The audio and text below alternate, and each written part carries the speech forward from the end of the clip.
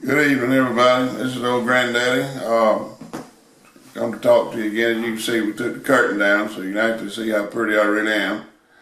Thought I'd have some of the grandchildren here today to help me with this, but they all got school going on. But I'll have some of them here from time to time, introduce them to you. I want to talk to you a little bit tonight about a dear friend of mine, and you'll hear me talk about him a lot off and on probably. If nobody in the family objects, and I'm sure they won't, but and like I said, I try not to name names. Of course, a lot of people see me now, they'll know who it is. And for all of you that know me,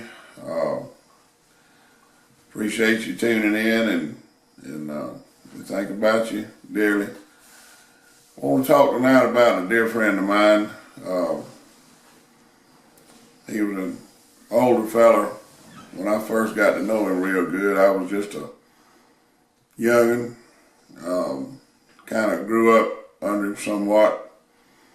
Every spare minute I had, I tried to spend with him or around him, loved to listen to him. He was a farmer and a cowboy, bear hunter, good dog man, horseman, philosopher. Back when, like my granddaddy, rolled his own cigarettes and tended to his own business. I learned a lot from him, thought the world of him. Really did. I can't express how much I thought of him, and I know he did me too. Like I said, I was just a youngin', but grew up from just I was probably 12 or so years old when I got to know him real good, and he didn't live too far from us, and we were all kin to a lot of the same people, but we wasn't technically any blood relations between us. But sometimes they say thicker than blood, if you know what I mean, if you've ever been blessed enough to experience that. And they loved us so much, and we loved them so much. My children called them Granny and Bop Bop, and that's what they wanted it to be, and it was reciprocal.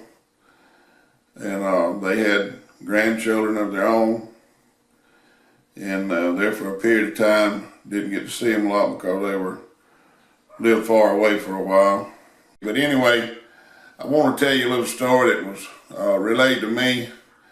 Granny told it to me first, unbeknownst to him, and about when they were real young, just starting out good.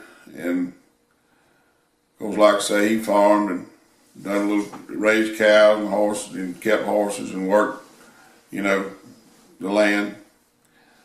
And said he come in one day with a pair of mules to water up, and it'd been hot that day and they'd been working hard, and he come in that afternoon, and in the water tank, the water trough, big old wooden water tank there at the pump, the old hand pump, like everybody had back then.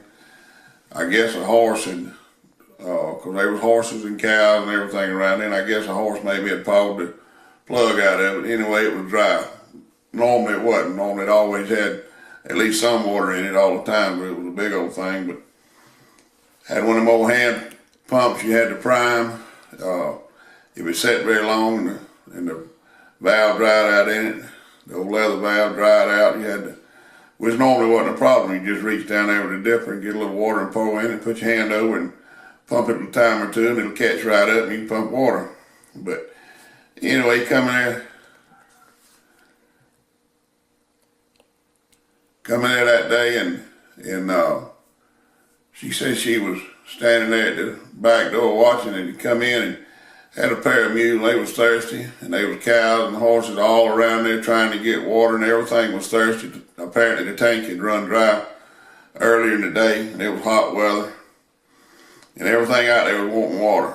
And he was trying to run that pump and keep them animals back from walking all over him and everything, and fighting one another. And cause they was, animals, when they get real thirsty like that, especially big animals, they can really be a problem.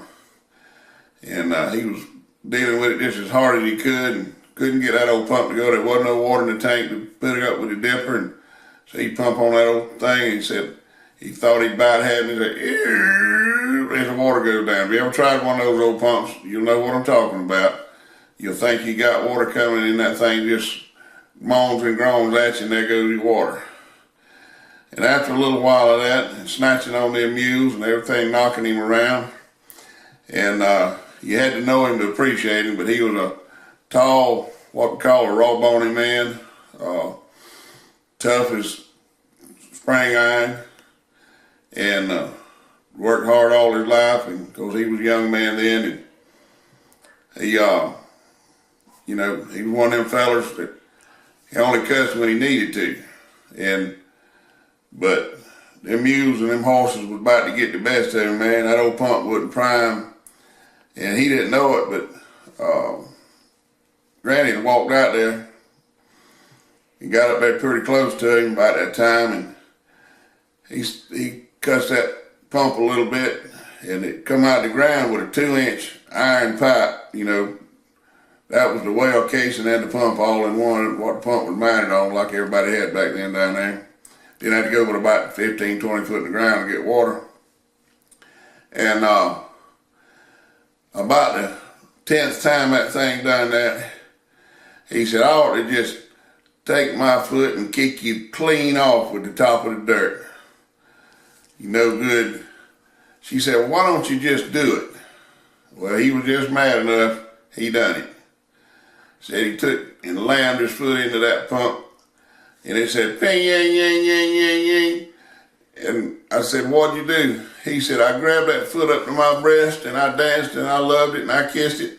I said, I couldn't, I was hurting too bad to cuss it. And she told me that he danced around there, said she laughed and laughed and laughed until she got scared and went in the house. But that thing tickled me, and of course, after she told me the story, then he had to tell it too, and I could just see him out there fighting with them mules and horses, trying to make that old pump work, and it wouldn't work, and then haul off and kick it with an old bony leg. And I know it had to hurt bad, but you'd had to know him. But he said he just, and he could now, as long as I knew him, he was an old man.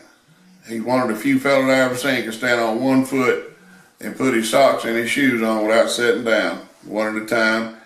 Had good balance. He could have been an athlete, but he was just one of them fine, extraordinary people, If you ever have a sure enough good friend, you know what I'm talking about. And